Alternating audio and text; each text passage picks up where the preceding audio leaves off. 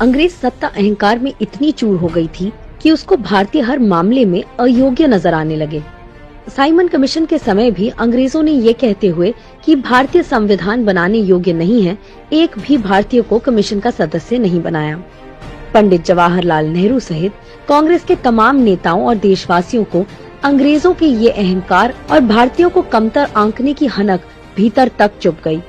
कांग्रेस ने 1927 के मद्रास अधिवेशन में संविधान का ड्राफ्ट बनाने की अंग्रेजों की चुनौती स्वीकार की और यहीं से नेहरू रिपोर्ट का जन्म हुआ।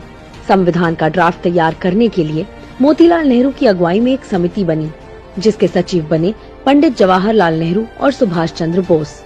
अली इमाम, तेज बहादुर सप्रू, MSN मंगल सिंह, शुएब कुरैशी एवं GR प्रधान इसके सदस्य बने।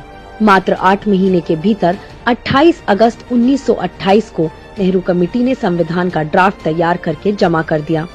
ये भारतीयों की बुद्धिमत्ता और योग्यता पर संदेह करती अंग्रेज हुकूमत के गाल पर तमाचा था और जब भी किसी अहंकारी सत्ता ने भारत या भारतीयों को कमतर समझने का दुस्साहस किया है, हमारे देश ने हमेशा पुरजोर जवाब दिया है।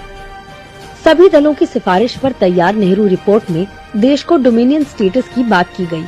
हालांकि पंडित नेहरू और नेताजी जैसे युवा कांग्रेसी नेता पूर्ण स्वराज के पक्ष में थे।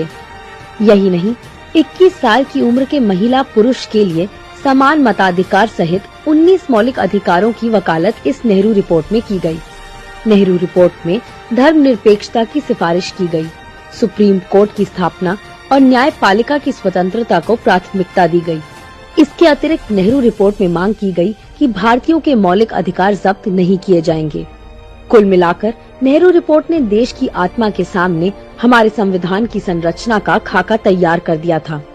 जब भी संविधान पर हमला हुआ है, कांग्रेस देशवासियों के साथ मिलकर आतताई सत्ता के रास्ते में खड़ी हो गई। हमारा संविधान हमारे जीने की उम्मीद से लेकर तरक्की का रास्ता तक है। इसकी रक्षा करना हम सबका कर्तव्य है।